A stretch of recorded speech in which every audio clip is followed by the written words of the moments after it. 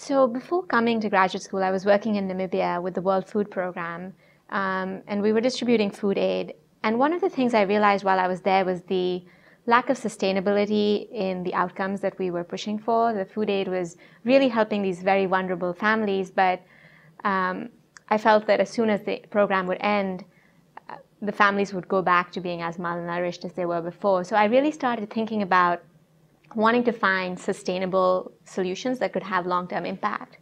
And a thought that came to mind was somehow using the private sector as one of the means to address international development issues.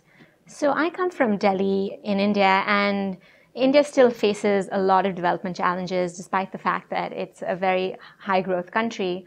So I really want to go back and think about ways in which we can address the social challenges for people at the bottom of the pyramid.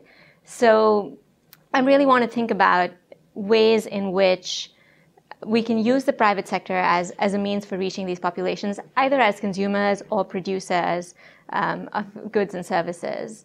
I think there's a lot of scope for doing something like that in India. I think definitely one of the things that I came across in my time in Chicago was the charter school movement, where there was a lot of initiative by independent players to infuse some new energy into the system. And I think that's something that in India we should start thinking about a little more.